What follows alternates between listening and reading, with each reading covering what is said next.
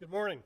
I'd like to go ahead and call to order the special call meeting, September 4th, 2018, of the Indian River County Board of County Commissioners. We will begin with a moment of silent reflection for our first responders, and I ask while you're doing that to please keep in mind the victims and the families from the shooting in Jacksonville. That'll be followed by the invocation led by Commissioner Susan Adams and the Pledge of Allegiance led by Commissioner Tim Zork. Would everyone please rise?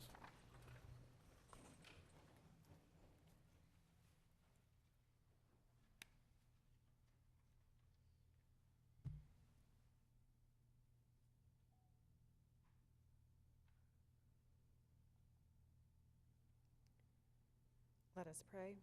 As we gather here today, we ask for guidance on the issues facing our county. We pray that we are ever mindful of opportunities to render our service to fellow citizens and to our community, keeping in mind always the enduring values of life, exerting our efforts in those areas and on those things upon which future generations can build with confidence. Keep our minds clear and our ears open to the input of our fellow citizens. May their voices act as a guide for our actions. Let us continue to strive together to make a better community and a better world. Amen. Please join me and face the flag. I pledge allegiance to the flag of the United States of America and to the republic for which it stands, one nation, under God, indivisible, with liberty and justice for all.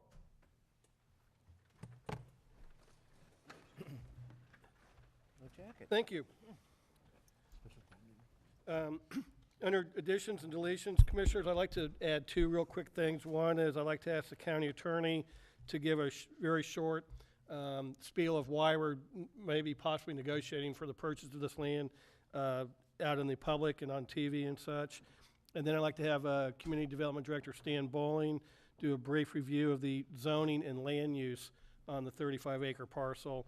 And then we'll have Jason do his part. So I'd like to add those two things to the agenda. So, Mr. Chairman, I suggest those be before 5A. Yes, we'll start right with them. Yeah. So moved. Thank you. We have a motion from Commissioner Slaughter, second by Commissioner Flesher. All in favor signify with aye. Aye. Any opposed? That carries 5-0. So Dylan, if you could just explain to the public why we're conducting this kind of out in the open, please. Thank you very much. I'd be happy to.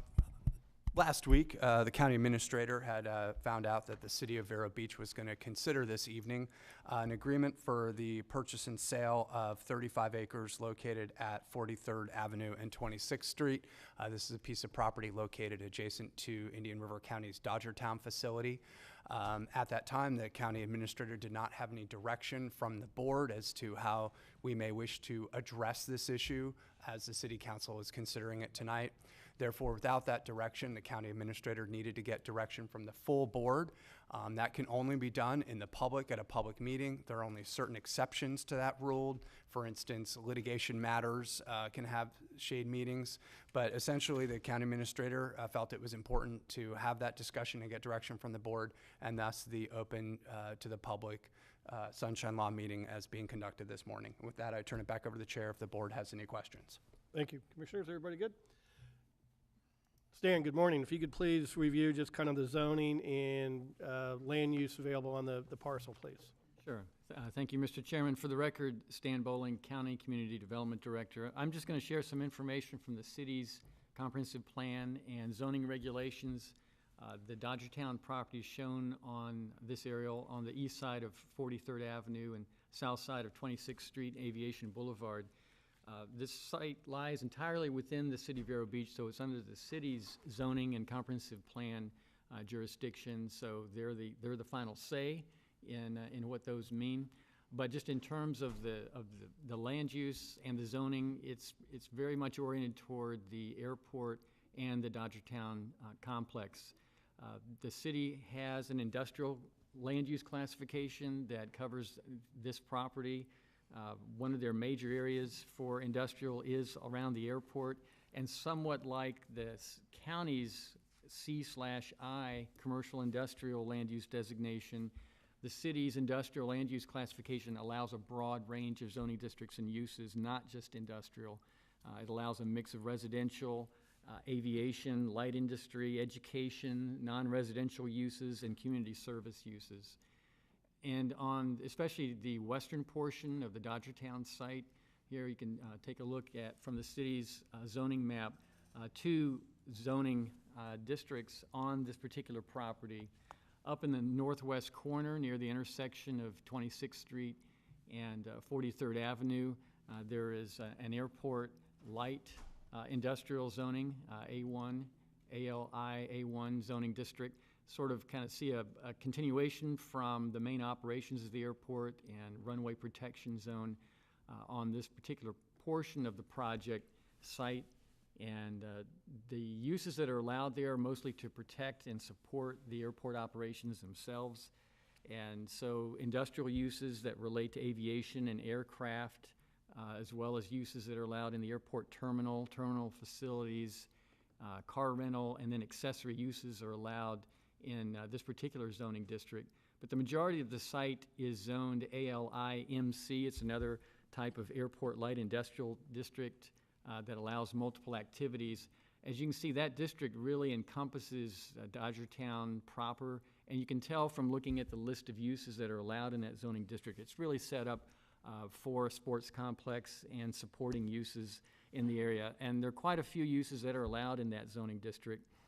Commercial amusements and retail, restaurants, financial institutions, hotels, multifamily, personal services, clubs, varieties of offices, recreation and parks, sports complex, and accessory uses. So there are a lot of commercial type of uses that are allowed that would support the Dodgertown complex there. Any type of action I think that the board takes on this property, certainly want to get confirmation directly from the city of Vero Beach, but again, a variety of uses are allowed in this, on this property. I'd be glad to answer any questions that you all might have. Thank you, Stan. Commissioners, any questions of staff? Seeing none? Okay.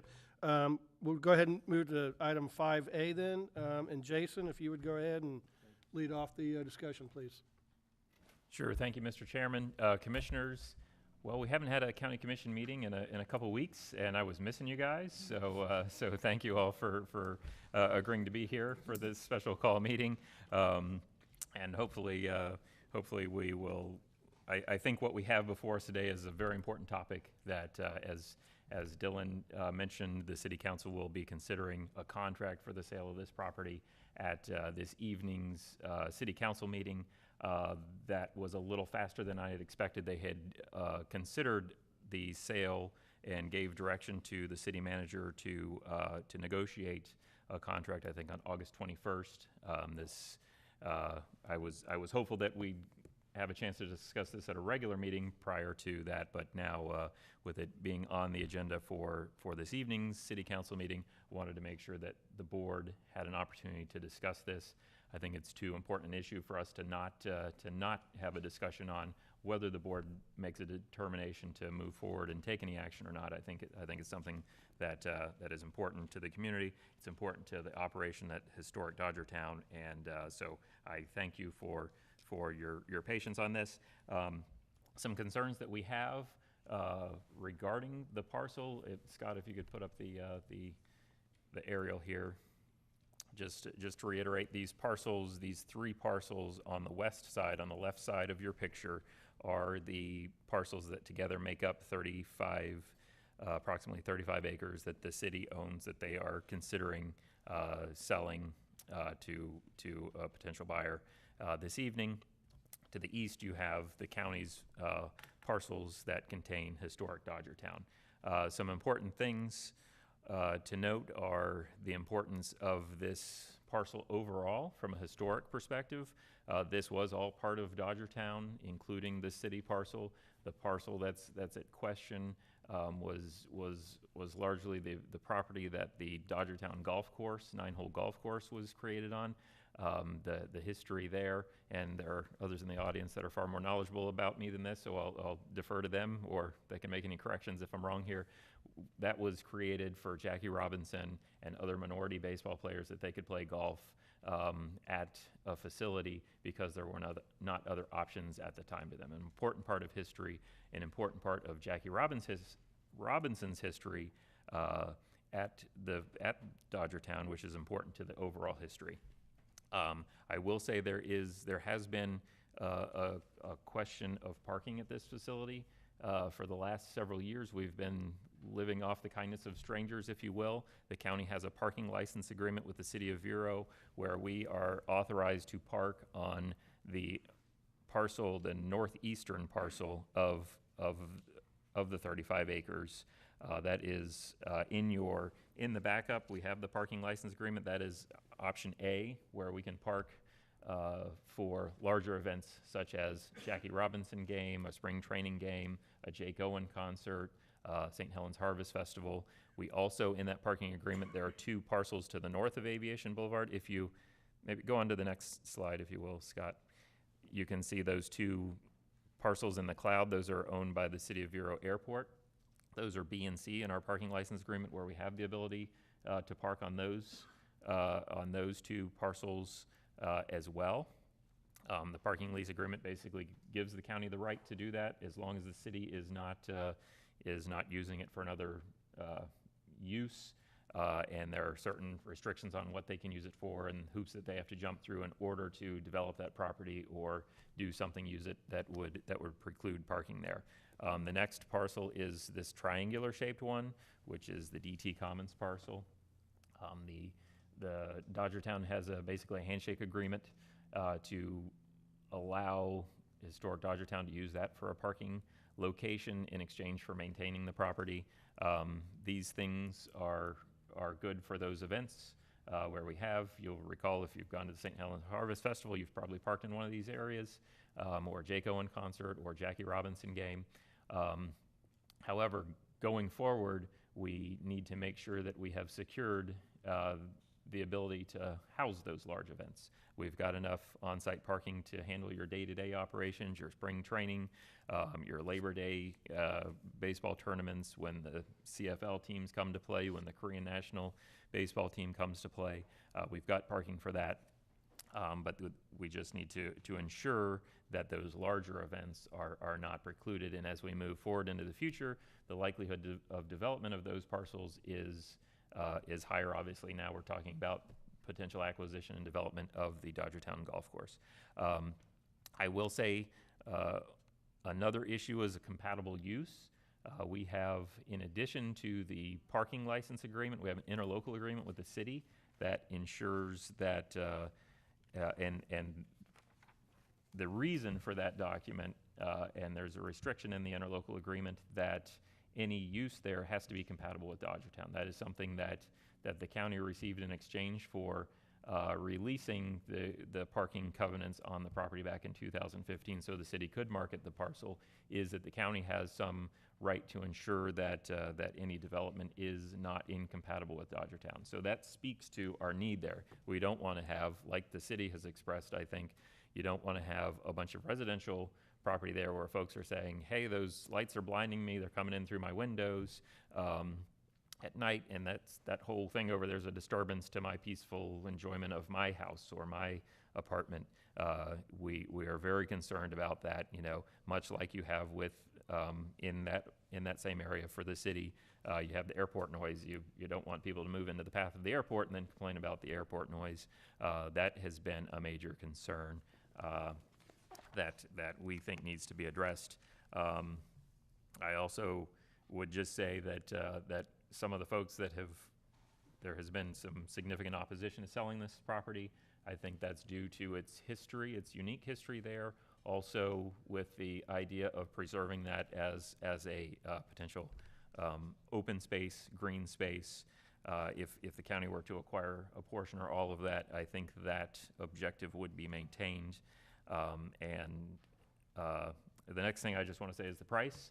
The current offer is $2.1 million from the buyer. There is an appraisal from, I think, about 2 years ago that has this property appraised at $3.5 million. I will say that governments don't often get to buy property for significantly less than the appraised value. So that is usually we're paying far more than that when we're buying property up here. So I think that is, one, it's an opportunity to purchase this at a price I think that's reasonable, that there's not a whole lot of downside to. So I will just say that. On the compatible uses, I am concerned about the language that's in the purchase agreement right now, and I'll just read that. It says restrictions on use of the property. It is the buyer's intention to restrict development and use of the property to commercial uses such as restaurants, markets, professional offices, and hotels, with no residential development being permitted. The exact language of such restrictions shall be agreed to by the seller and buyer prior to closing. That's open-ended, so that to me, I'm not an attorney, I'll say right out of the gate, but that to me means that the approval by the city council tonight will be, unless some other development occurs, without that final language. And so the county has a vested interest in making sure that any development that happens there is tied down. I think it should be tied down prior to moving forward with a determination. And I will just say that I've talked a little bit about parking. That's only one concern. I think this parcel is integral in a way to the property that the county already owns. It's hard to separate the two from each other. I think I'll say that in 2008, when spring training left, that the county and our tenants had to make lemonades out of lemons. I will say they've been making some great lemonade there over the last several years. There's been great economic impact at their spring training, which is their biggest event. They have that goes on for several weeks. There are over 12,904 room nights with an estimated economic impact of $4.4 million. They host all kinds of things: the Korean baseball team, minor league baseball's training academy for their umpires, Major League Baseball's Elite Development Invitational, 2 Canadian Football League teams use it for minicamp, the Korean national team, the Beijing Eagles, which is the China national softball program, the annual Jackie Robinson game. A lot of these things are events that bring hotel nights. There are hotel nights on historic Dodgertown property, but during those events, they cannot handle everyone. So those spill over to hotels throughout the county. And the folks who come here, you have parents come for the children's amateur baseball events, and they shop in our stores, eat in our restaurants. There is a significant economic impact there. So I just want to make sure that I want to say that this parcel is something that could be key in locking down the long-term future of the facility there, and I think going forward they're going to continue to make really great world-class lemonade going forward. And my major concern is that nothing interferes with the success that we have had there at historic Dodgertown and preserving the facility. So with that, we have 5 alternatives for the board's consideration. One is to make an offer to the city to purchase the entire parcel. I've talked to the city manager, and he says he would present any offer we made to the city council. I think it would be considered favorably there.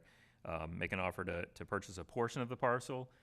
This, I will say, is a potential relevant option because there is a conceptual plan, which we have a slide of, Scott, that shows that the developer's conceptual plan anyway seems to contemplate a kind of a phase 1 and a phase 2. The north half seems to be well fleshed out, and the south half talks about future development. So I think there is a potential avenue for the county to make a partial purchase, which would preserve some green space and cover the parking needs as well. I will say that have had discussions with the mayor who talked to the developer, and that idea was not well received by the potential buyer, but it is presented. That was determined after the recommendation was made. Next is approach the buyer about a possible shared parking arrangement that could accommodate both uses. We also have those rights to parking and the development limitations. We have various rights to that. We could pursue those rights further, or number 5, we could take no action. Staff's recommendation at the time is to make an offer for a purchase of about half of the property. We could work with the buyer and the city to determine which half and what works out best for everyone. And with that, that is staff's recommendation, and I welcome any comments and discussion and additional ideas that the board may want to consider. Thank you. Thank you. Commissioners, questions of Jason? Could Jason repeat the staff recommendation, please? Yes, staff recommends that the Board of County Commissioners approve alternative 2, which is to make an offer to the city for a portion of the property. Based upon staff's analysis, approximately half of the parcel should satisfy the parking needs for historic Dodgertown. Staff further recommends that the board grant the county administrator the authority to negotiate terms and preparation of an agreement for board approval. I'm just curious, because as I understand it, as listening to your presentation, 2 of the main reasons for going forward with this would be because of the desire for open space and the historical value of the property, and going for half the parcel seems to undercut your basic reasoning. So I was just trying to get a handle of that. Staff is recommending that as something that would preserve some of the open space and accommodate the minimum of our requirements, I think, for making sure that we have some of the additional green space that we need for the facility. There was a reluctance to recommend the full purchase just based on the dollar amount. I will say that the price seems to be a good price where we are here as a counter argument to that. Thank you. Well, Commissioner Fleischer? thank you, Mr. Chairman. And I understand your concern and open space. It more or less sounds like, after hearing you and Stan, and from what I know, that Joni Mitchell in '74 with her taxi song said it right. You know, it sounds like there's room for a pink hotel and a trendy little boutique and a swinging hotspot. And there's plenty of room that's going to be developed. But that's why I don't go in that direction. I don't want to be in this position again for the people of Indian River County. I favor option number 1, get it over with, figure out where the funding is. But again, that gives us the optimum value for green space. And I want to note, I don't think this has anything to do with parking. Parking is a consideration for the prospective operator, and which I anticipate, but the parking issue is probably one of the minimal elements in my heart. My heart is to those valued grounds, and not just earth. There's something about that earth. So I just wanted to let it out there that I favor option number 1. Okay, thank you. Great passion. Commissioner Zorc? I believe one of the representatives of the buyer's side here, do we want to hear anything that they have to say before we get into the discussion or motions, or how would you like to? I think I want to hear from the board first, see if there's a direction of where we're going, and then certainly we'll allow for public comment. Okay. So we'll- All right. Under just general discussion, a number of years ago, I had felt that this concern may come up at some point in the future, and here we are today, which is why I think it was around 3.5, 4 years ago, I had brought up to consider purchasing both the parcel to the west, the 9-hole course, and the property to the north of DT Commons. At that time, it was deemed not to move forward with that concept. The city, and you were at one of the city meetings, and I was at the prior one to that, where you have a local business person and an out-of-town business person that have come forward, negotiated in good faith with the city, expensed huge amounts of dollars based on, not saying exactly what Jim O'Connor said, but has there been any concrete communication between the county and the city on what MLB wants or what they, do they have any interest in purchasing it or something to that fact. That was probably 2 or 3 city meetings ago. Well, I can follow up that if you like now. It was it Friday morning? Jason and I called Mr. O'Malley just to update him on the fact we were having a special call meeting and such. And we discussed that possibility if Major League Baseball was interested in this particular parcel. And Mr. O'Malley conveyed that since they're only going to be leasing the other part of the complex, it didn't make a lot of sense for them to buy just the 35 acres. But the parking is a very, there's probably like maybe 3 major stumbling blocks, I would say, or things to resolve for Major League Baseball. And with Major League Baseball, folks, we're talking about Major League Baseball, Inc. I mean, this is Major League Baseball that would be branding the game and bringing their entire marketing power to our community. So I think it is a pretty big deal. They're very serious, and the parking is one of those 3 issues to resolve. We're working on the easements and the driveway access, which is another one. So the parking is important to Major League Baseball, but currently they don't see the sense in buying one parcel and then just leasing the other. Right.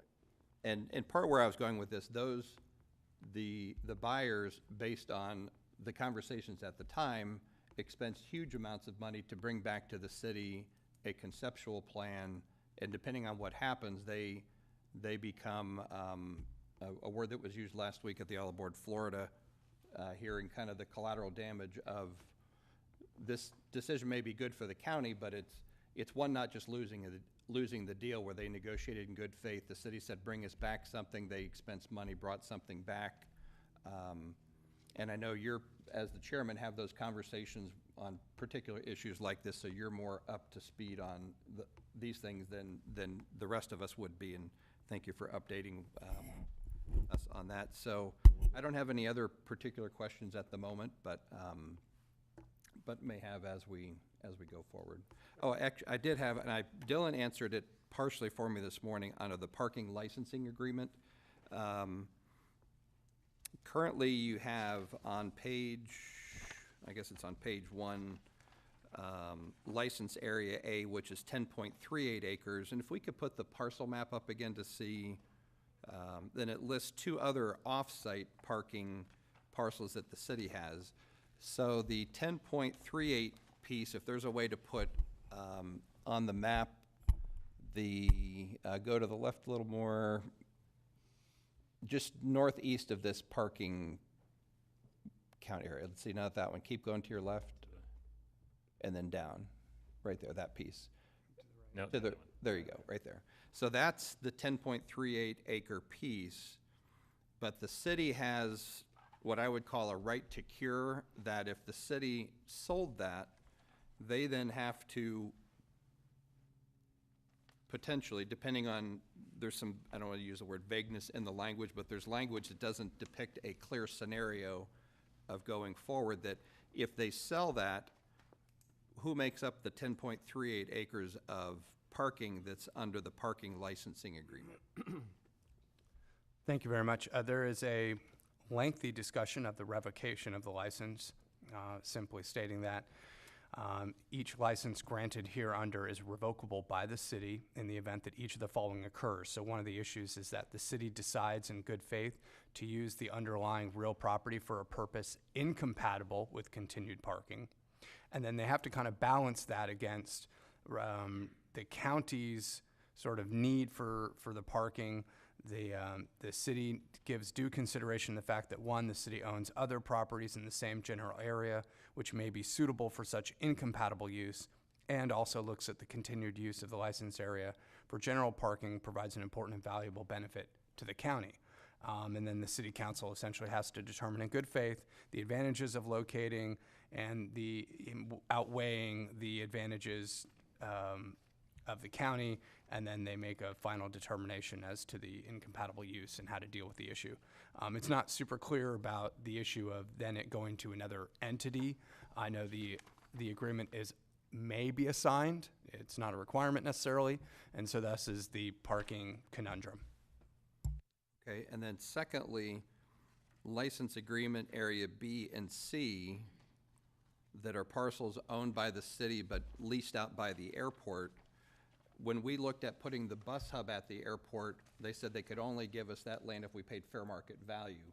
So who would pay the land lease fair market value of parcels B and C if they become part of the cure plan if license area A goes away? Would that be a city obligation, or it depends if they choose to move the licensing agreement forward as is, or if they rescind it due to a purchase? So I guess there's just unknowns there that we don't, that we know that the city couldn't provide land for free for a public benefit for a bus hub, so I don't think they could provide us free land for future parking. Or I don't, if they treat it the same way, that was a very clear public benefit and they couldn't. This, I think, would be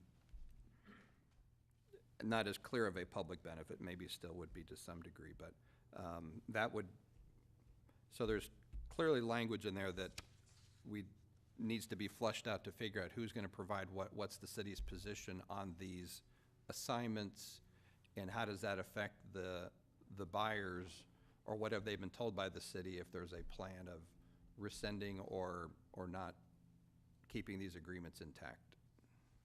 And that's all I have for right now. Thank you. Thank you. Commissioner Adams, any thoughts?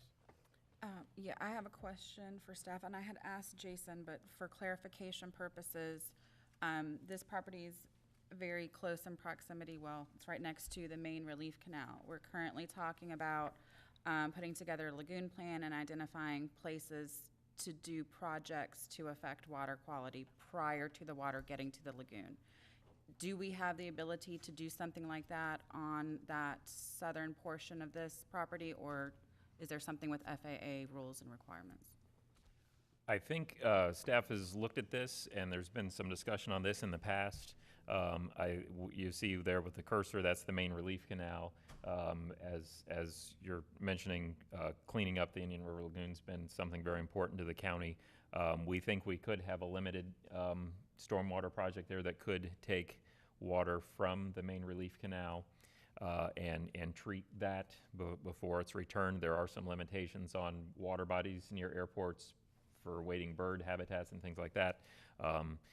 However, we think we could use a portion of the property to fulfill a need like that. As you can see, there already is a retention pond there around the cloverleaf field, so obviously you can have stormwater in that general area. There may be some limitations to how much you can use. I will say this is in an urban environment here, so we're close to where all the development is in the city. So where some of our larger stormwater projects have maybe been a couple hundred acres, there aren't that many 300 or 400 acre parcels once you get close to the lagoon. So this is something where we could do a smaller scale stormwater project to benefit the lagoon, we think, on a portion of that property.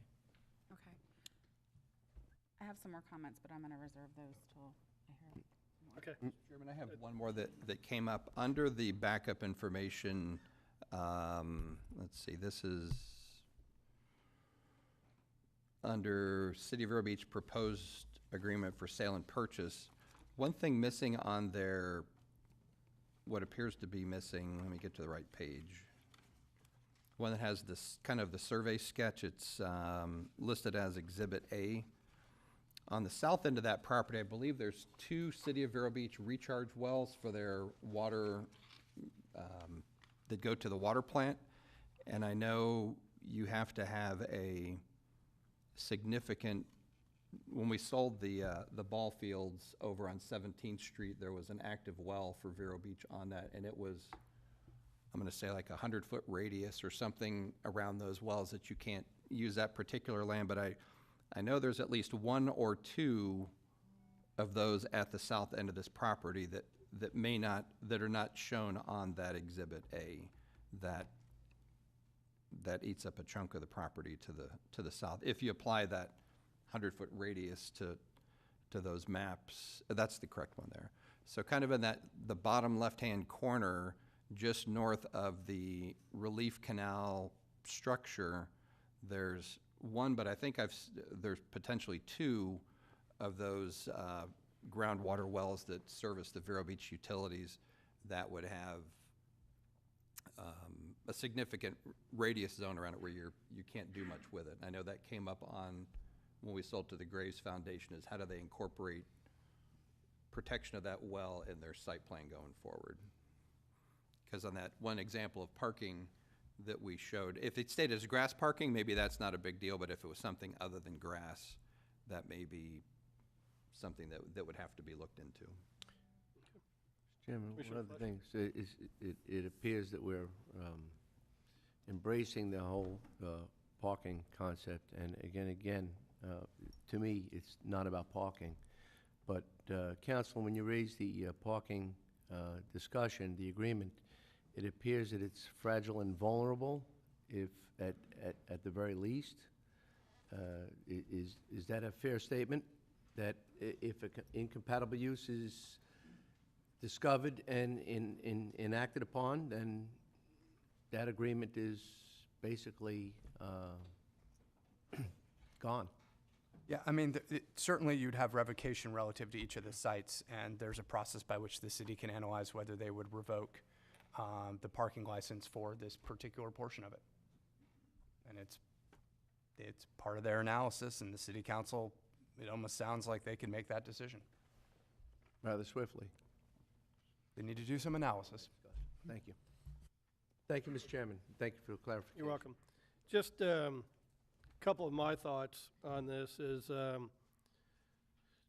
trying to reach a happy medium, and what might be a potential solution is I have spoken with the mayor about the partial purchase where they would sell the north half to the current buyer, maybe at a slightly reduced price, say 1.9 million, something like that.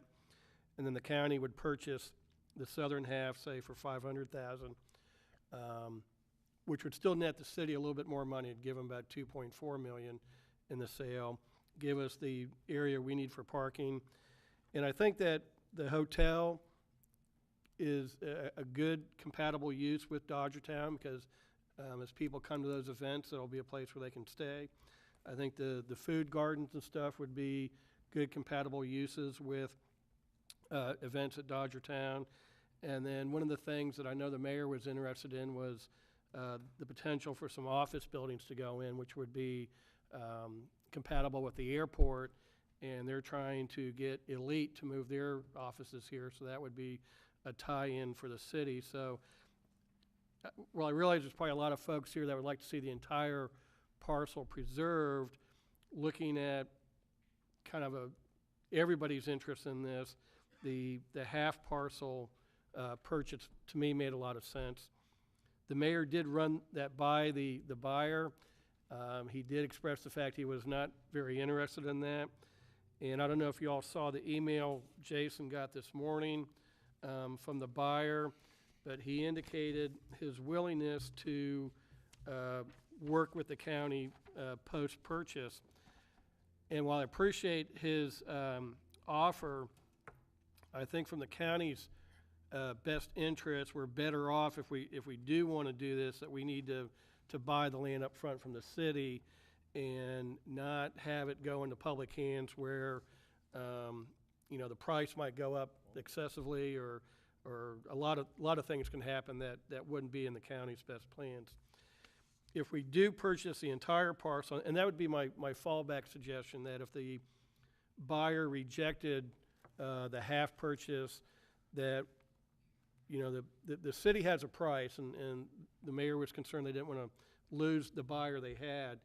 So if the buyer does step away, I think the county, we would have to commit to buying the full parcel, maybe slightly above the current price, just so the city is made whole on the deal and they don't lose a potential buyer. If we do purchase the entire parcel, we have a lot of options open to us. Commissioner Adams, you brought up the stormwater, and I talked to Jason about that. At least part of that southern half could be a stormwater park. Just like we're doing down at Osprey Acres, it could be some passive walking trails and amenities for the public to come. And so that would, for the folks that want to see the entire parcel preserved as a park, that would certainly open that up. I always thought that just a little disc golf course would be fun there, because you could use that to attract some millennials and things like that and keep the county and the city young. And then we would still have the ownership of the north parcel, so you know, if Major League Baseball ever did want to come in and just buy the entire facility, we would be able to offer that with the other active parts of it. We could also take off a portion of that if at some point a developer came forward and wanted to build a hotel or wanted to build a office space, we could still consider that as compatible uses with Dodgertown. So I can go both ways. You know, quite honestly, I see that the half purchase makes a lot of sense and will have a lot of benefits, and I think it'll have amenities that are beneficial for a lot of folks. But at the same time, I could go for the whole package and purchase the entire parcel if we need to. So that's kind of where I am on that. With the board's consent, I'd like to go ahead and open up some public comment at this point. If there's anyone in the audience that wishes to provide input or comment or opinion on this, please come forward. Actually, if Alma Lee would like to step up and lead this off.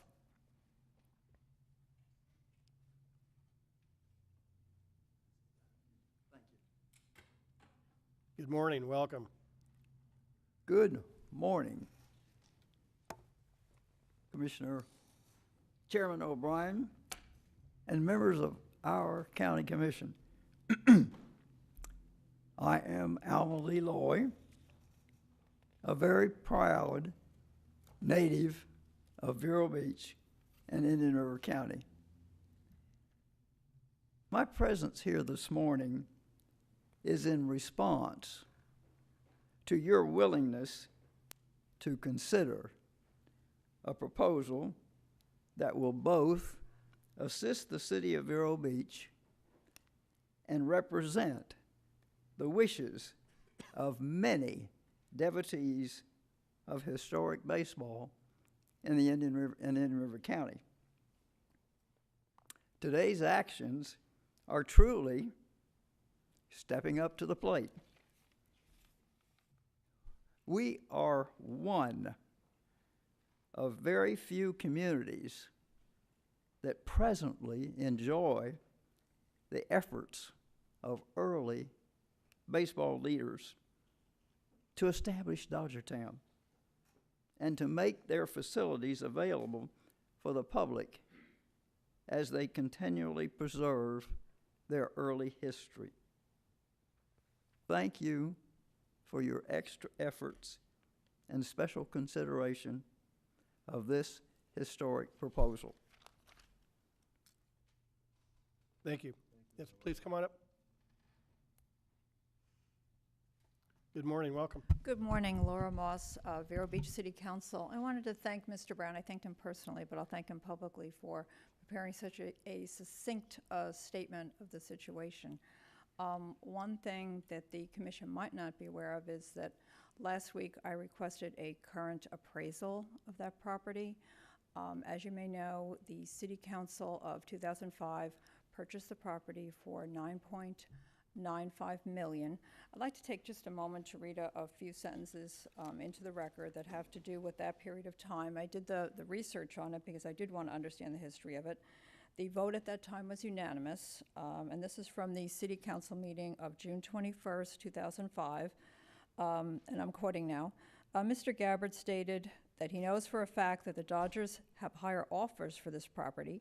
He said if the city does not act now, then the property will be sold and there will be businesses and residential properties built there. Then under Mr. Gabbard's council agenda report, he states the purchase price would be $9,995,000 for approximately 37 acres of land, and the use of the property would be restricted for 40 years to open space, a golf course, or some park-like activity. I think the intent, I also, by the way, you might know, invited the City Council of 2005 to comment on. It was clear to me that their original intent was open space, and I'm in agreement with that. I think open space will be the defining feature for the city as we go forward. As you probably well know, we're built out, and our latest comprehensive plan mentions the word infill more than 30 times. I was a bit concerned about that. I was outvoted, though. That was a 4-to-1 vote to send it to Tallahassee. So, and one other point I'll make, that, you know, Riverside Park is a beautiful place, as you all know, and no one questions the value of having open space on the eastern part of the city, but somehow on the western part of the city, there's a question, you know, should we have open space? And that's something that we'll be discussing tonight. That's why I wanted to come to hear everything you had to say, and I appreciate it. I think you've been very, it's been interesting to hear the discussion. I'm going to take that back to the council meeting tonight, and I invite the community to attend. We have our budget hearing is at 5:15 tonight. Our regularly scheduled meeting is at 5:30. This will come up presumably as part of that. It's on the agenda at this time. But as I said, I did request a current appraisal because I don't see how we can go forward without exercising that due diligence. The most recent appraisal we have is from 2015, and that is for $3.5 million. So I appreciate your time. Thank you. Thank you. Is there anyone else from the public that wishes to comment? Yes, please, come on up. Good morning, welcome. Good morning. My name is Ruth Stanbridge, and I'm here as a board member representing the Indian River County Historical Society. Jason opened the door talking about history, so we want to give you just a little bit. Many of you have seen our many documentary films that the Historical Society has produced on special places in Indian River County. We have them on your website. The Carrick carries them on their TV channel. The Chamber of Commerce has them, and many of our hotels and restaurants have them on their TVs in their lounges and bars. One of these films highlights the history of Dodgertown. This story is about the barracks and the parade grounds of a World War II naval station that turned into the fields of dreams for thousands of young men ready to play baseball. It also tells the story of the young men who were the first black baseball players trying to follow their dreams to equality. Recently, we filmed a mini on the Gifford High School. In this video, there is a snapshot back in time to a generation of young black men who were given hope because of Dodgertown. And you'll probably recognize this Dr. Ron Hudson, who's in this interview. Adam?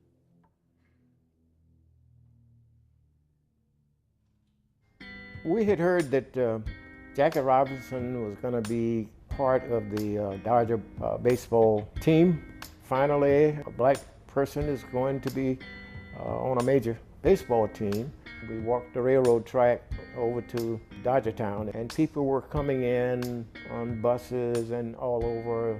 I mean, they were just, all over. I mean, this was just amazing for us. You didn't see crowds like that. Those were exciting times for us, you know. It gave us a little hope. We were inspired by the fact that hopefully things are getting better. We had heard that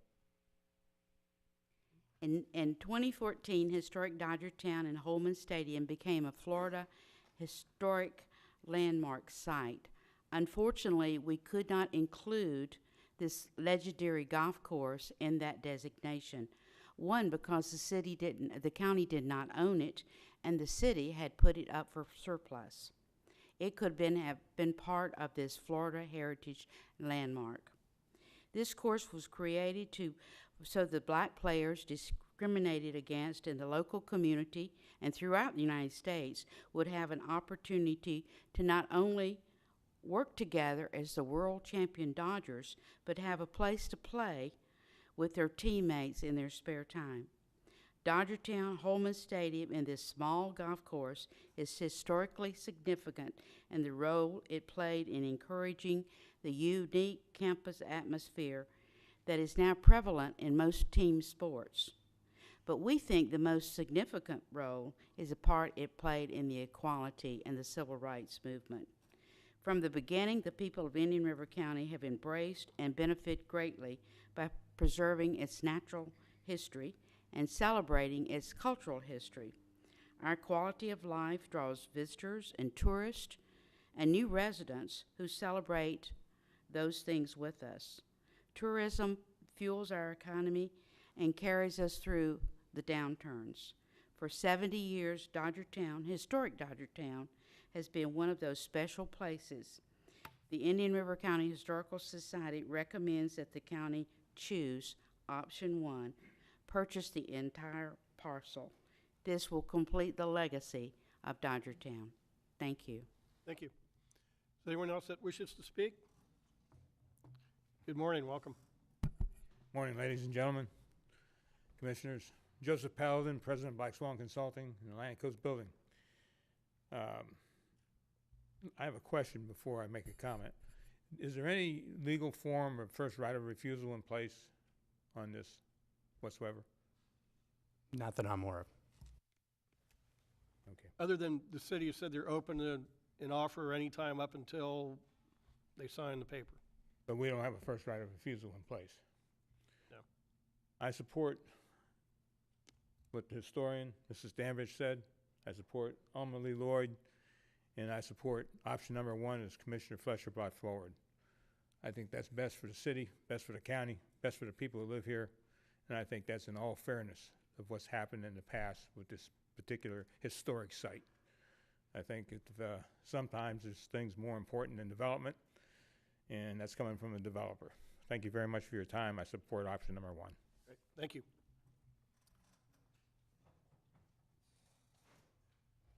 Good morning, welcome. Good morning, welcome. I'm Terry Borcheller. I'm one of the partners that's wanting to purchase the property. I hope everybody had a wonderful Labor Day. Sorry to give you some homework over the weekend. I apologize for that. I wanted to say on behalf of those that are trying to purchase the property, we, as my partner sent the email this morning, are committed to not only working with the county, but also hopefully working with Major League Baseball. From the beginning of our meetings with the city, our financial plan, residential, was part of that plan. Immediately, they voiced their displeasure about that. The importance of the history was highlighted again. We were thinking that already with the project that we're doing on the north end, but we took residential out completely, which changed the performer for us quite a bit. In the process of our talking with the city, we have committed to, again, not only parking needs, but also my son plays Little League Baseball. I went to the Jackie Robinson Memorial game this year, walked through the mud because it was raining pretty badly, and I'd love to see everybody walk on a paved parking lot. That's part of what we're doing. And it's not just baseball, but it's the heroes of Vero Beach, and we've mentioned this with the city, the concept of hometown heroes. We have a lot of heroes in this community, from the aviation field, baseball. We've got Vero Beach High School students that have gone on to play in the NFL. We've got military. Our kids have fallen just as recent as last week, that we can honor with this property, we believe, by our hometown heroes concept. So I just wanted to say I'm excited to celebrate the history of Vero Beach with what we're going to do. We're all in. My family has vacationed here since the 50s. We've been living here now for over 10 years. We vacationed here prior to living here. My partner's most likely going to retire here. We have a lot at stake here in Vero Beach, and we love the community. So I just wanted to be here and offer that to you. Very good, thank you. Any questions, gentlemen? No? Thank you for coming and speaking. Thank you. Good morning, welcome. I'm Fred Augenstein. I've done the promotion of the Jackie Robinson Celebration game for the past 5 years. and the AAA game that was 2 or 3 years before that. Just as a background, I was fortunate enough after moving here in 1984 to have a family, and 2 of our sons, along with me, kind of grew up at historic Dodgertown. And the significance of that is one of them went on to play Major League Baseball and has a World Series ring. The other one was a Division I pitcher, and that was no small feat in that he was diagnosed with juvenile diabetes at the age of 3. The reason why I've donated so much of my time in the efforts at that facility, in addition to the Jackie Robinson Celebration Game, I've also been involved in the promotion of the St. Helens Harvest Festival for over 20 years, is that I wanted to give back to a facility that gave so much to our family. And when you think of the property, and everybody seems to discount what the Dodgertown 9-hole golf course was to it, it was an integral part of it. The whole concept of bringing a team together was to accommodate what they needed to do recreationally, not just on the baseball field. So there was a movie theater there was a swimming pool, but they couldn't go out and play golf because they weren't allowed to be on golf courses in this county. So when you think about it from the perspective of being historical, it's historical not just from a baseball standpoint, but from a civil rights standpoint. And the things that Jackie Robinson became successful and was remembered about is really something our whole community became remembered about and will still be that way. I think the significance behind all of this is if the full force of Major League Baseball gets behind this concept, it will dwarf what the O'Malley family had done for this community. Because if they bring the full force of just the elite development program that they've already been doing for about 3 years, and do something like that locally to bring up the minority students in our population, there is a significant factor that's going to mean so much to us for a lifetime. To me, this is a monumental moment to take a stand for our community and put everybody that was a pioneer in this community on our shoulders, and put us on their shoulders so that we can help our children understand the significance of what the O'Malley family did for us and what Major League Baseball is about to do for us. So the fact of the matter is there was a mere baseball field on that property before it was a golf course. It was exactly the same as Holman Stadium. I imagine they used it because Holman Stadium was being constructed. So Jackie Robinson played baseball on this Dodgertown golf course property.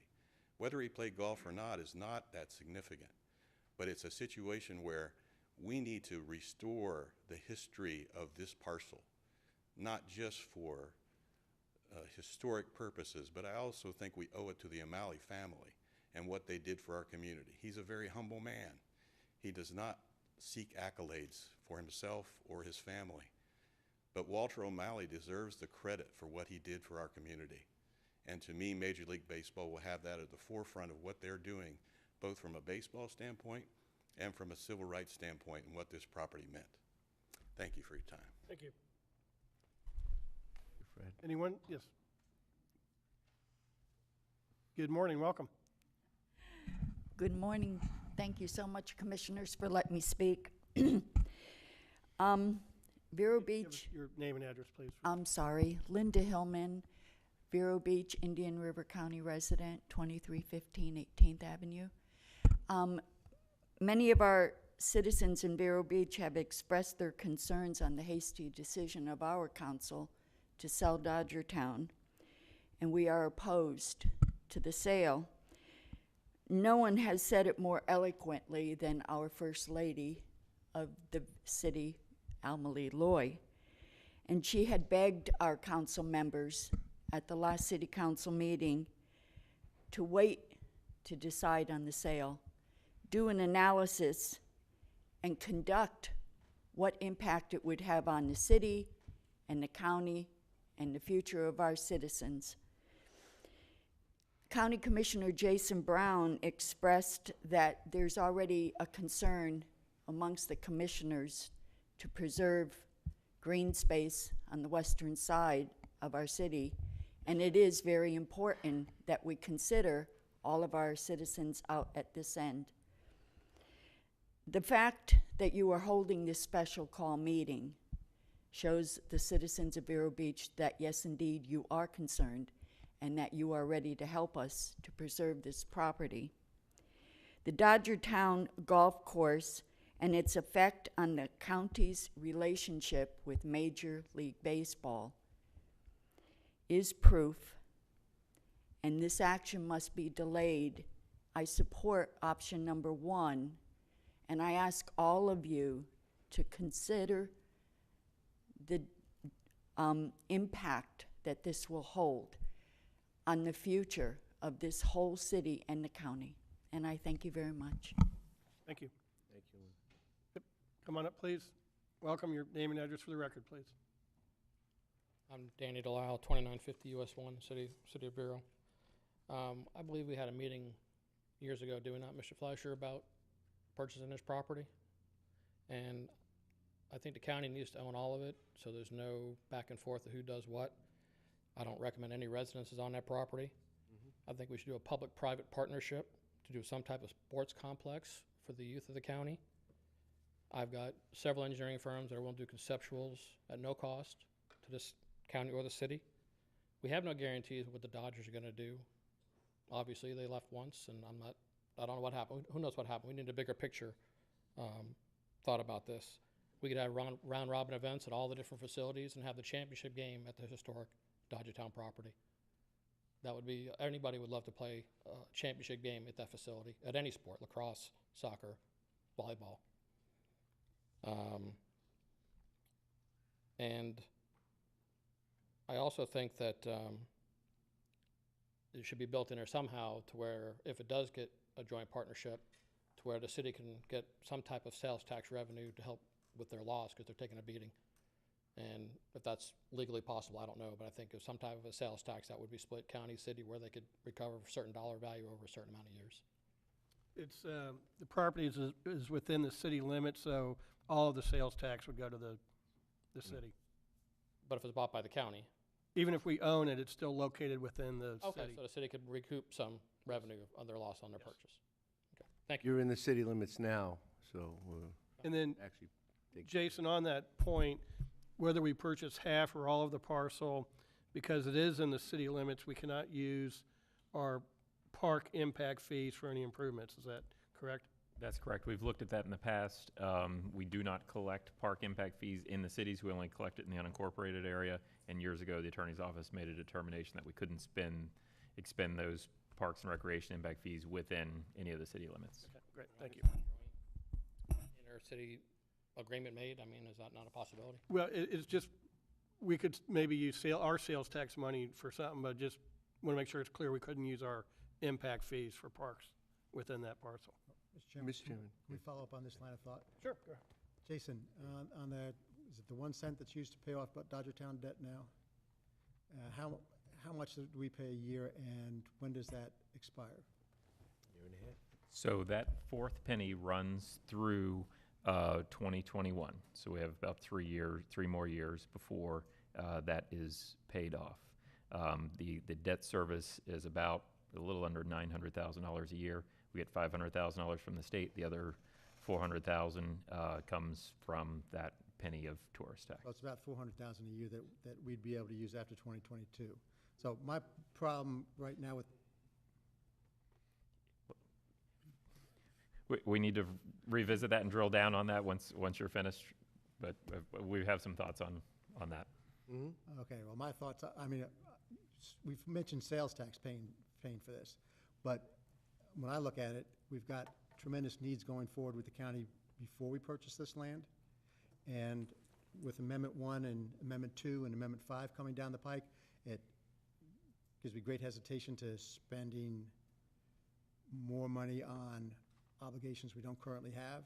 We've got conservation lands that are going to take us 10 or 15 years to develop the way they should be as it is, with whatever funds we can basically use.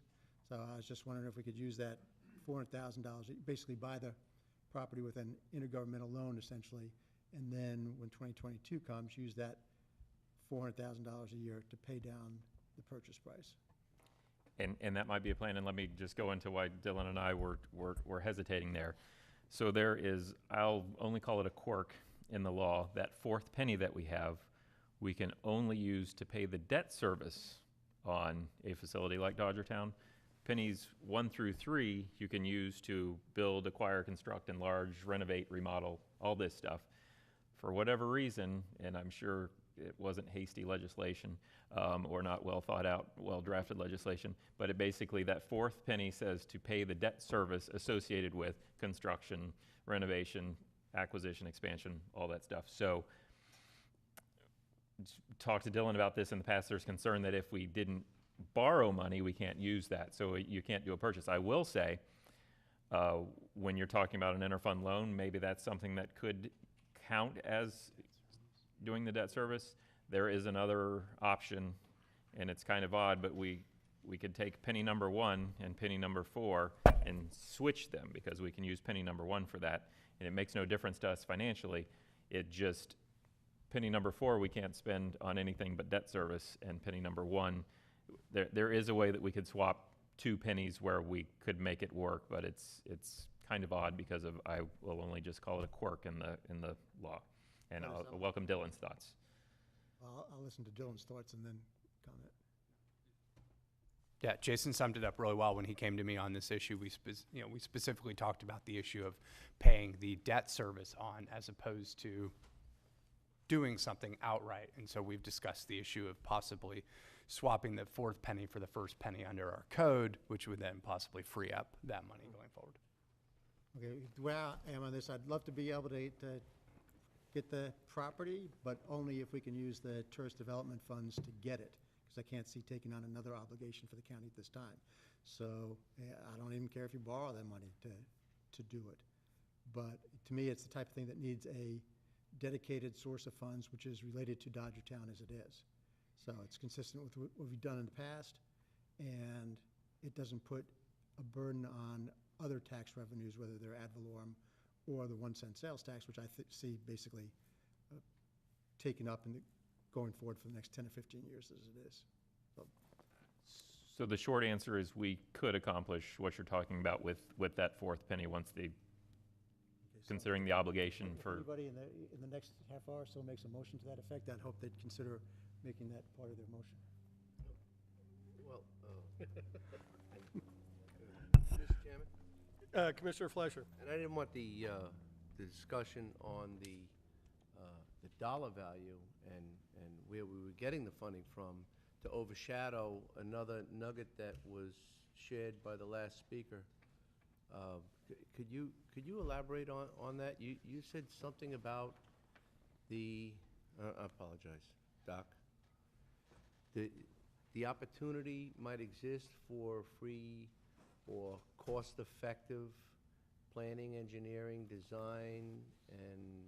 Well, I've talked about this since the meeting we had Yes. years ago, and Yes, we did. a couple of occasions, we're going to do conceptuals. But I wanted everybody reminded. But give a conceptual of what could be done with the property and do a joint public-private partnership for a sports complex to where the kids have a place to go. And like I said, you could do the championship at the facility, you know, because around robin, a lot of people, if they're not continuing in the tournament, they leave. But the people that are playing, because the parking is always going to be an issue. But you can have the championship game at the complex, and that would be a very big deal. So, it's your belief that we could also take advantage of some professional assistance on this? Yeah, because we're taxpayers, we're own companies, we have employees, and honestly, we're just tired of seeing it get mucked up around here. You know, we want, the county one person should own the whole parcel. To have two separate entities is just, you can see what you're having to deal with right now. Whether it's the city buy it out, or sell it as a whole, or the county buy it, and have control over their destiny. And the destiny is the city and the county, not just, it's the citizens of this place. I don't divide it between county and city. I've been here since '78, and I've seen catastrophes made with poor planning. This is a great opportunity if we have a master plan for the project and what it can generate in revenue for the county and the city. Thank you. Thank you for the clarification. Thank you, Mr. Chairman. Morning, welcome. Name and address, please. Richard Baker, president of the Pelican Island Audubon Society, and I really thank you all for bringing this issue up for us to talk about. Dodgertown is a wonderful piece of historic property, which we just heard from Ruth Stanbridge and others here. And this land belongs to the people. It is an important part of our town and the county. Lots of people come to see Dodgertown as a valuable asset. Protecting it is something we can all be proud of, and it builds a wonderful heritage. So let's keep this land preserved. Land is precious. The community can come together to honor not only Dodgertown and what we talked about, the social aspects of it, but the lands of which our founders came to find, appreciate, and cherish. Much of our development has moved west now, and we really don't have any central park for all people outside of the Barrier Island and some of the conservation lands that we have. There are many opportunities that exist for the Dodgertown property. For example, we have a fine tradition of art with our art museum, and our art under the oaks, our theater, and our many churches. The sculpture park could draw many tourists there, support those that want to see sculptures. I could see sculptures of some of our athletes that have been successful coming through the area that we mentioned here today. Holding a sculpture exhibition yearly would bring sculptures for a large purchase prize yearly. The sculpture garden could grow step by step. Many citizens who value real and lasting art can sponsor this whole thing. I mean, we have some really good art that in our county here, and I think this could move into this. You know, our county is growing faster than the state, percentage-wise. I think we're up to about 11% in the last 7 years, and more and more people are coming here. So we have to preserve, I think, a little bit of space that we can. The people living in Martin County, in Brevard County, I think are going to be coming down to Indian River County. I mean, I think I would start moving out of Martin County if I was there with all the problems they're having there. One of the new projects that were started, and I wanted to bring it up to you, is we've got a group together to plant 100,000 trees in Indian River County.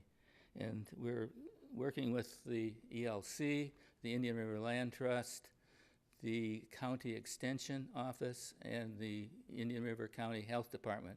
We're forming a group to plant 100,000 trees. This would be a great place, a park in the open area, to put some of those trees there. You all know what the importance in health is of having trees. So I'd like to recommend that you go for number one option, and let's not have. I just think that we're rushing into this thing so fast. I mean, we've really not had a real good plan what we want to do with it, but at least we should think about preserving it. So I'd like to have you support number one. Thank you. Thank you. Anyone else in the public? Good morning, welcome. Is it morning still? Actually, it's afternoon. So Good afternoon. Sorry about that.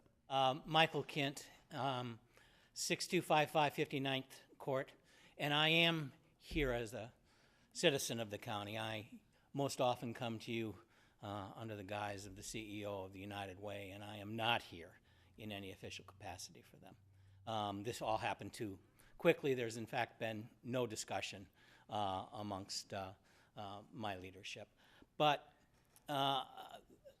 from my perspective with United Way, we kind of found a really unique way to be a part of the history of what goes on at Dodgertown with the Jackie Robinson celebration game, and it's an event. It's one moment.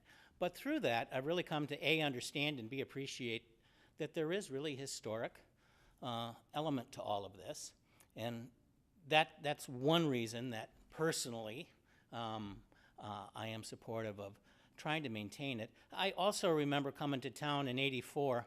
I'm a lifelong Cub fan. I've come to appreciate the Dodgers very much. But the fact is, my first, and this is a little thing, but maybe not so little to my daughter.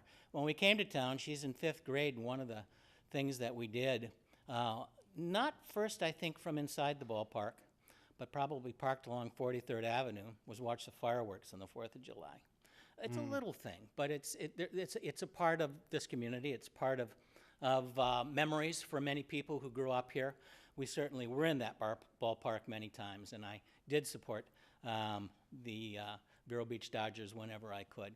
I also think about the discussions that just been had, again from Richard, the aesthetics of the environment. Somehow, all of this stuff collectively, in my gut, it just feels like this happened too fast, came out of nowhere, and if there's an opportunity to try to have some control and some say and be a part of maybe preserving, personally, I am in support. Whether it's a half purchase of that and an arrangement can be made, you don't even get to make the decision. It's going to be done by the city. I fully understand that, and I don't live in the city.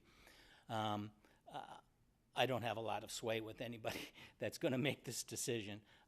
But if there's a way that you can intercede as a tax-paying citizen of the county, I absolutely would be supportive, whether it's a parcel or for the whole green space. And maybe in my gut, I'm thinking if we can get it all and that offer would fly, you'd have some control and we can take it from there. So thank you for the opportunity. Great. Thank you. Yes, sir. Come on up. Good afternoon. Welcome. Kennedy, 2050 US Highway 1. Commissioner Zork referenced earlier. Can we put up an aerial?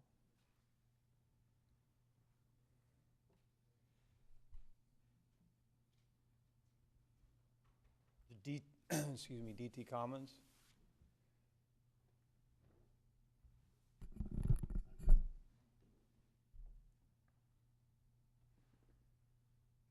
Jason, this was your predecessor. We talked about it.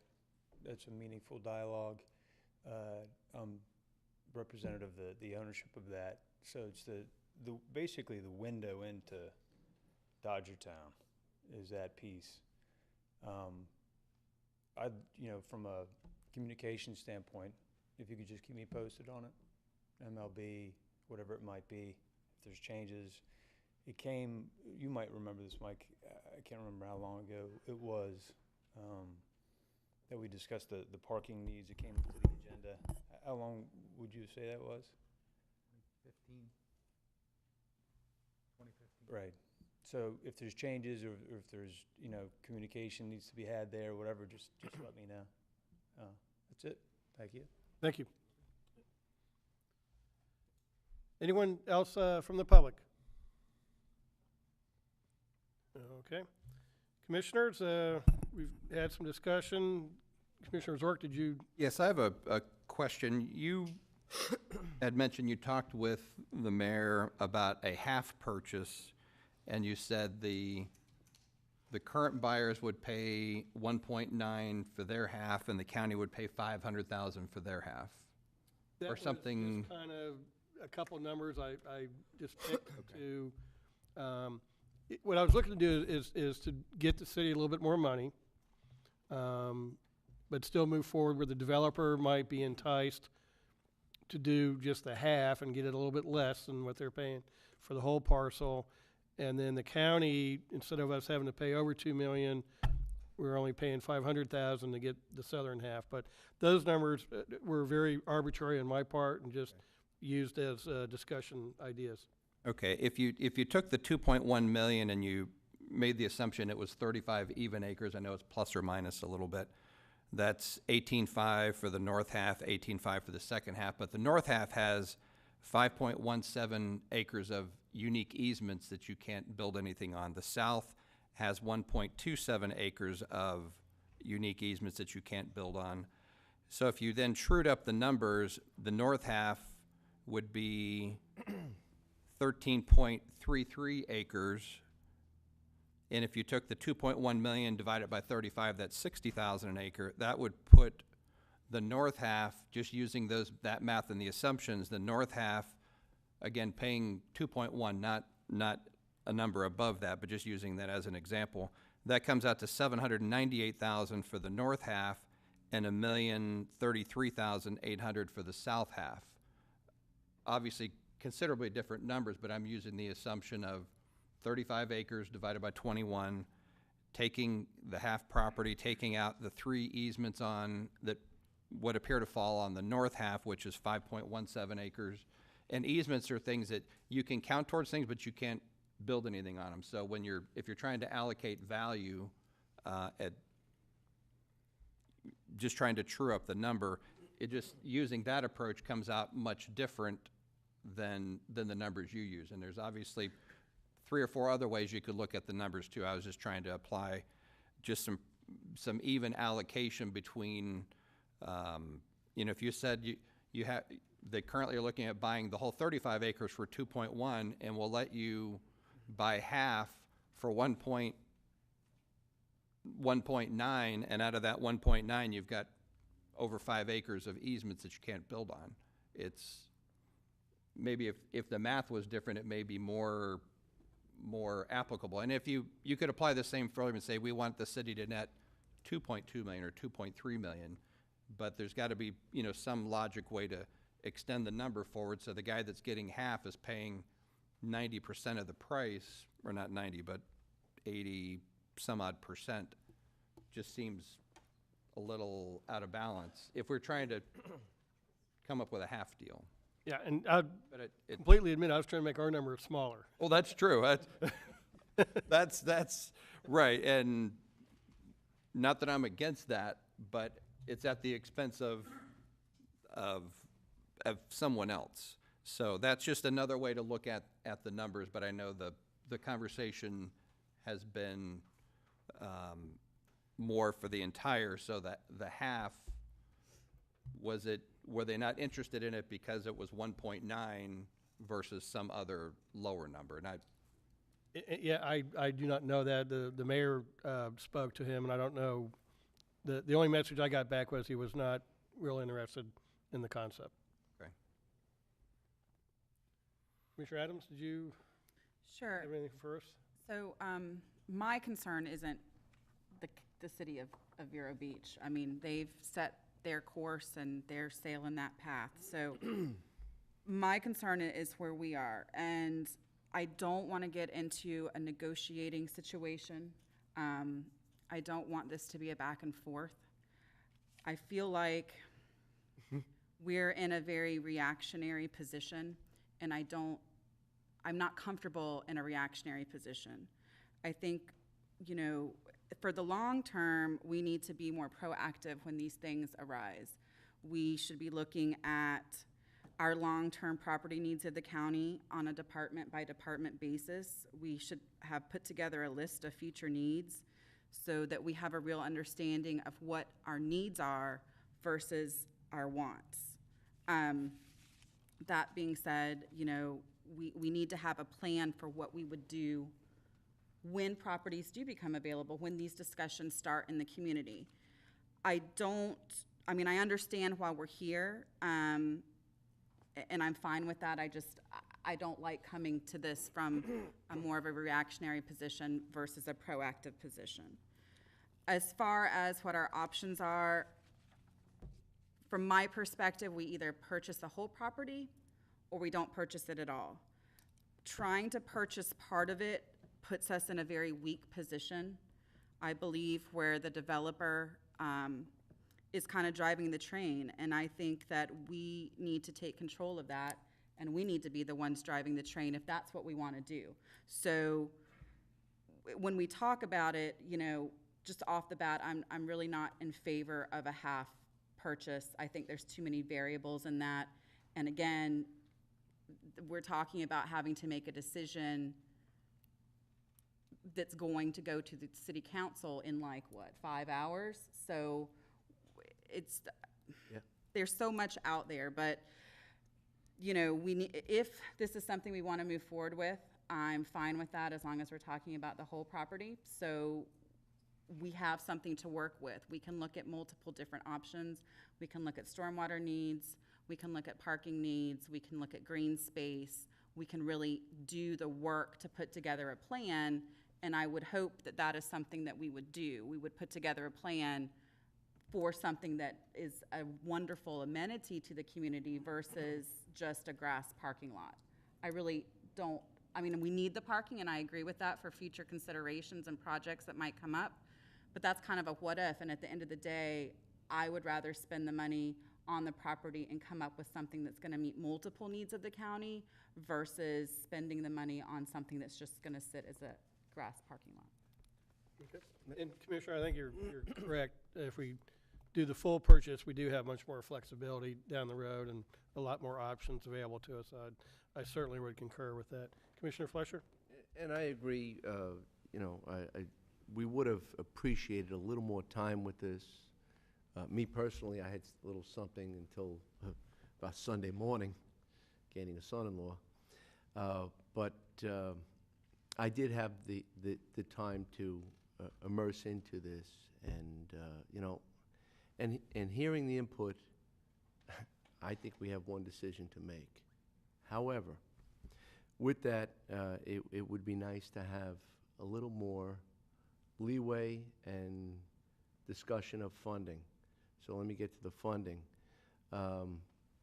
Jason, if we were hypothetically to go for option number one, taking into consideration what Vice Chairman Solari has suggested, how would we handle the funding mechanism so you could be best prepared for tonight? Okay, thank you. So our initial proposal was a mixture of optional sales tax and tourist tax funding. To your question and to the Vice Chair's earlier comments, we could fund the purchase from tourist tax dollars if needed. There may be need for an interfund loan and some changes to be made, but we could make a purchase for this parcel with tourist tax dollars. If that is the board's decision, we've got the ability to make that happen, to finance it with tourist tax dollars. Counselor, that's... Yep, I think we can get there that way. We can get there. I have a question about that. If we fund it solely with tourist tax dollars, does that limit what we can do with the property to just tourist-related activities? Yes. I mean, would it not be better to do a little bit of a mix so it leaves our options open? And that was one of the rationale for the proposed funding source. That's an excellent point. That there are certain things you can do with the tourist tax dollars. What we're thinking of here is the ball fields, a stadium. There are other things that you can do within those. I don't have them right off the top of my head, but you can do museums and zoological, zoos and things like that. But it is more restrictive. The thought it was initially with a mixture, because obviously some portion of the use would be related to historic Dodgertown, but that would provide some flexibility. If we're using 1 cent sales tax, it does open up the opportunity to do something with the stormwater, for instance, or some general passive recreation like a disc golf course or something like that, as the chairman had mentioned. So having a mixture of the two gives us more flexibility. And again, if this was all about parking, I'd love to see the striping plan, but DC Commons is an option, but it's a rather uniquely shaped parcel. However, it's not about that. It's about the earth that exists there. I was hoping that there would be a favorable second on a motion to move forward with option number one, so you can be best prepared for tonight. Well, let's just go ahead and do that, and then we can talk about dollars and cents after that, but let's go ahead and... Well, we've made that motion to go for option number one to secure all of the property. All right, so we have a motion from Commissioner Fleischer for option one. Is there a second? Okay, we have a motion from Commissioner Fleischer, second by Commissioner Adams, under discussion. And if I could, to that point, the parking, I think and maybe I over-focused on the parking up front, but, first off, it's not about parking. That's one of many concerns we have. Second, to be clear, my intention wouldn't be to pave that thing and have a paved parking lot. What I'm thinking of as a parking use is when I was a little kid and we went to a spring training game, we parked on that golf course on the grass, or we parked in those areas, and that would only be one use. And I just want to be clear, this isn't anything that's anybody said you've got to put a parking lot or anything like that. This is staff's, staff would support the full purchase, would support the motion, and it's about making sure that we preserve and maximize what we have. We have a property there in historic Dodgertown that is more with the Dodgertown golf course. There's a synergy there that brings additional value that isn't there if we don't own it, don't control it, and something else happens. So I just want to talk about how it's not primarily parking. That's just one of the concerns, and it would be staff would support the option to do a full purchase, and it's about maximizing the value of what we have, because there is additional value to controlling that entire piece. Mr. Chairman? Commissioner Slark. I'd still like to see the motion include the fact that the purchase would be paid for with tourist tax dollars. And to address Commissioner Adams, I mean, two things on using it for the stormwater remediation. I've already talked to Jason about in the past too.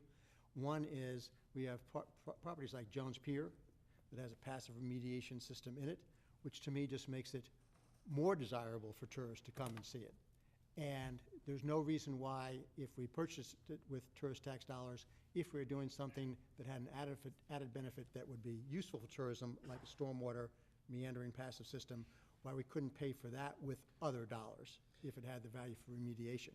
So I think that would actually enhance the property for drawing in tourists. So I don't think that should impact the purchase of it at all. So I mean, I think that it would be just as valid to purchase it with tourist development dollars, tourist tax dollars, as, I don't see why that would be a bar. But, Statutorily, if you purchase something with tourist development dollars, you are limited to what you can do on that property and with that property, irregardless of how you pay for those improvements in the future. It's designed to bring tourists in, which I believe a water feature would do. I mean, it does for. I'm not arguing with you about it. I'm just saying statutorily, water features aren't included in what you can and cannot do with tourist dollars. But and that's part of the limitation with tourist dollars. So one of the reasons why, and you can make it however you want. They can utilize that because it's a mix right now is what's being proposed. So I think that to the extent that I don't believe that this whole property needs to be specifically related to tourism, I think it's completely appropriate to have the funding source come from multiple different places. But that's my input. And it's my feeling as well, if we do a mix, then we do not have the limitations for the entire parcel, and that we do have some latitude and discretion to incorporate any unique ideas that may come forward to make this a better place and a better site, and not a hotel with a boutique and a night spot. Thank you, Joni. Commissioner Zork? Under that same comment, what if this motion passes, we buy it, MLB comes back and says, we want a hotel, we want restaurants, we want this to support whatever they want? How do we address that? Well, there's been some preliminary discussion, and Jason, I don't know how much you can share, but there has been some discussion, and perhaps the chair may have some of that information as well.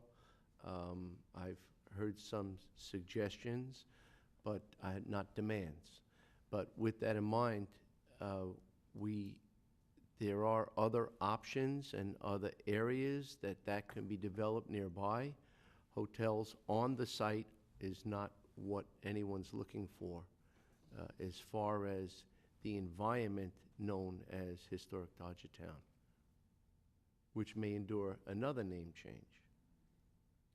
But I'll just say that earlier I mentioned, I don't think a hotel is incompatible with what Dodgertown is doing. As you know, they have the hotel rooms there already on site. That was part of the complex. But I do think by buying the entire parcel and using a mix of funding sources, we have all of our options available for us. And I think the most important thing it does is it buys time. Like what Alma Lee said is, you know, we can buy it now, and then we have plenty of time to get more input from the citizens and what would be compatible uses for all. But to keep that flexibility, I think we should have a mix of funding sources so that we do have those options. But, you know, the most important thing is it'll keep it as it is and give us time to come up with a more developed plan. So, any other discussions from the commissioners?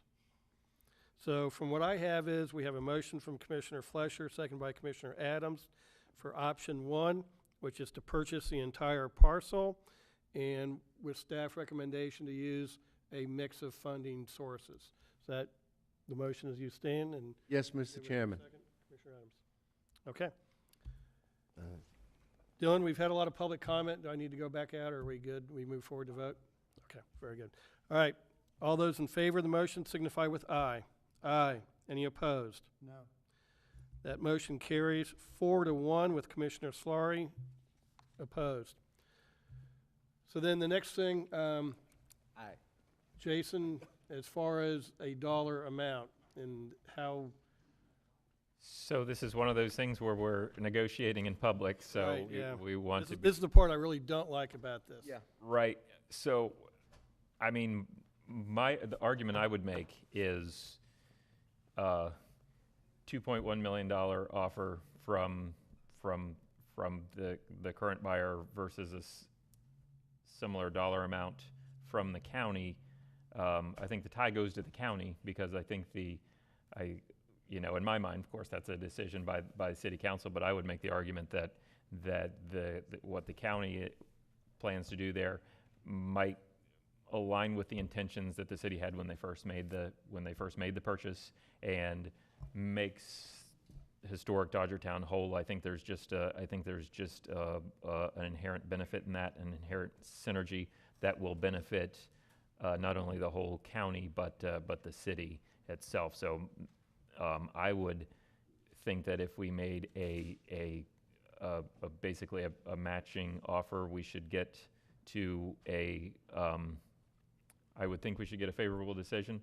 To Commissioner Adams' point, I don't think it benefits us or the buyer to get into a bidding war. So I would like maybe some flexibility to make it, you know, to maybe make that matching offer and see what happens from there.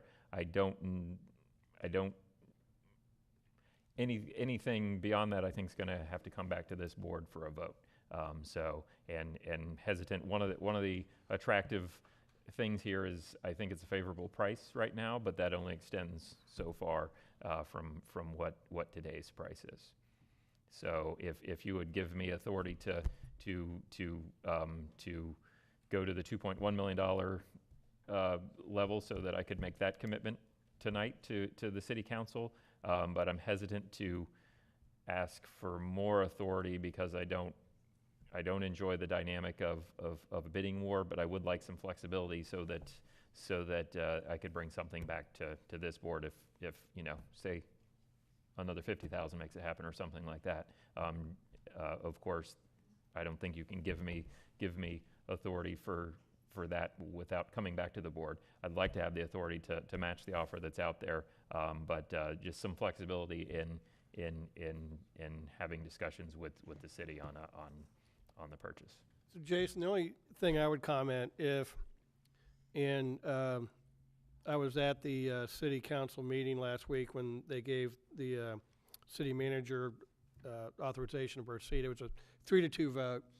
And so there's 3 city council members that I would say were pretty well committed to selling it to move forward for the $2.1 million. If I'm one of those 3 city council members, and just being honest, Alma Leloy spoke that night. I think everybody that spoke, there's probably 15 or more people that spoke, they were all unanimous in not moving forward with the sale and holding back. But there's still 3 votes to move it ahead at that price. So if I'm one of those 3 council members that voted for it, and I'm sitting here, and I can get 2.1 million, and I'm gonna get some commercial construction going on, and ad valorem taxes, maybe more sales tax, you know, there's gonna be some revenue generated to the city based on the plan they have now, as compared to just the 2.1 million with none of that additional revenue. I would say, I don't think those 3 will probably change their minds just at the 2.1. And that's just from my sitting there and listening to how the discussions went. So I would think we need to come in a little bit better. You know, I'm not saying a lot, but I think we need to give them a, quote, better offer than just the same dollar amount without any of that additional revenue. So, and again, you know, commissioners, and I agree 100% with Commissioner Adams. I don't want to get in a bidding war here either. But I think if we are going to, you know, kind of really make a commitment to purchase this, I would think we need to be either 200,000 or 300,000 above the city's current offer, just to offset that loss of you know, any ad valorem revenue or sales tax or anything like that. And commissioners, I'm open to discussion here or ideas, but I'm pretty strong on the point. I don't think 2.1 will do it. The way the 3 council members that voted for this, you know, if I'm one of them, I wouldn't take it myself. The other side of that is that we were saying that one of the big purposes of this is for tourism and to keep one of the city's biggest tourist assets alive and viable going forward. That's Dodgertown. So if they can't understand the value of Dodgertown as a whole, I'd be flummoxed. So, well, I will say Mr. Augenstein spoke about Major League Baseball coming in and the importance of that, and there was a lot of talk about Dodgertown and the activities there, and not being able to do the fireworks after events, and there were still 3 votes to move it forward. So no, that's a different argument. I'm talking about whether if we bring in $2.1 million as opposed to the other offer. I mean, what you're weighing there is 2 different revenue flows. One, the revenue flow of the new owner, the other, maintaining the revenue flow of an existing Dodgertown. So, and I would think that maintaining the revenue flow of the existing Dodgertown would outweigh the new complex. So and I'll just say from what I heard them talk about, I don't think they have the blinders quite wide enough to get that. So. But, I mean, that's the whole problem, though. I mean, I agree with Commissioner Solari. Either they want to sell at 2.1 to a developer or to us, or they're asking for some type of bidding war, so somebody ends up at, you know, a lot more. I mean, a lot more. What is it that they want? They obviously just want to divest themselves of the property. I would think that because the community came out so anti, and we're here trying to save the viability of Dodgertown basically for them. It's not beneficial to Fellsmere or Sebastian, I can tell you that. It's beneficial to the city of Vero Beach. So they either want to help us help them, or that's my whole issue with this whole thing, is that there isn't a plan. So we're being asked to do something on a hope and a prayer that something else is going to come to fruition. And while I am fine with that, because I think in the long run there's a lot of potential to that property, and when we look at planning something, you know, and we identify perhaps we don't need it all, there's opportunities there as well at a certain price. But I am just, again, uncomfortable. I understand it. It's hard doing this here out in the public so everybody knows where we are. So, Commissioner Zork? And I was at the same meeting on the opposite side of the room as Commissioner O'Brien was, so we were not there. We were there separately. But part of, and I think there was some logic to why they accepted the price to move forward was because there would be economic development, additional tax revenue, the conversation that went on amongst them. Whether that changes the price or not, I don't know. If that, historic Dodgertown, for the most part, I believe, Jason, you could tell me if this is correct, room nights at Dodgertown, are they subject to the tourist tax collection on that property, or are they are? It's treated the same manner as another hotel. Okay. Although I thought when certain Certain schools come, the schools don't pay taxes, do they? Well, anyone who presents a certificate of exemption in any hotel is exempt from the tax. Right. Okay. Dodgertown's no different. Michael Zito, Assistant County Administrator. Right. So if some of those colleges have their tax exempt, then they wouldn't pay the tax. Nor would they pay at any other hotel. Right, exactly, yeah. Let me just say this. I would hope at the very least, the fact that we're having a special call meeting, that we just voted to make an offer on the property, would lead to the city of Vero Beach having a conversation at their meeting where you have possibly two offers that are the same, that perhaps they could put the brakes on a little bit and understand that we are also a government entity and have certain requirements as to what we need to do to go through an offer process, and give us the benefit of working through that process. I mean, this came up the 21st. We're here on the 4th. You know, we have a meeting on the 11th. They call special meetings a lot that I've seen this year, so I would think that it wouldn't be that big of a deal just to, at least we've expressed an interest, and now maybe we can slow the process down a little bit so we can really feel what needs to happen on this whole thing. And I would think that professional courtesy of being in the same community together, I would hope anyway, would lead towards that time frame. It's all good and fine about professional courtesy, but guess, you know what? The house always has the advantage, and we have to be identified as the player. And that's as simple as that. That's why I agree with the chairman. Perhaps maybe we want to put a little bit of more icing on this plain pound cake. When it's simple, so it's a simple match. Let's ice it up a little bit and go forward immediately, as opposed to have to be dancing with wolves a little later on and having to ratchet up to a number that would not be acceptable or will be matchable by the developer as well. So why put the county administrator in that position? I would hope that the commissioners who supported the motion would also support, even those who didn't, would support a higher number. And I believe that the chairman at 2 or 3 additional might be the ticket to the dance. All right, well, I cannot make a motion, but I would support a motion for purchase offer of $2.4 million for the entire parcel. I just did. Thank you, sir. All right, we have a motion from Commissioner Flesher, second by myself. Authorize the county administrator to make a purchase offer of $2.4 million for the entire 35 plus or minus acres of the property known as Dodgertown Golf Course. Under discussion, commissioners, any discussion on the motion?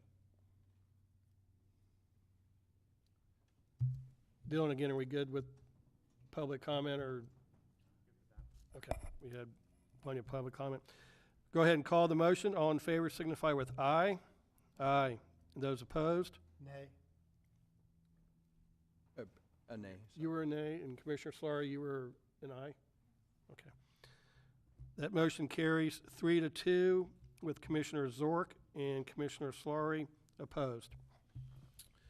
So Jason, I will plan to attend the meeting with you tonight as well, and we can talk a little bit about how we want to present it, but we'll we'll both be there. We'll go, and I will let the city manager know the board's action as soon as I get back to the office. Commissioners, I want to thank you for taking your time to be here for the special call meeting. Thank you for everybody in the audience that came and had an interest in this, and we will hopefully see it work out. And with that, we're adjourned.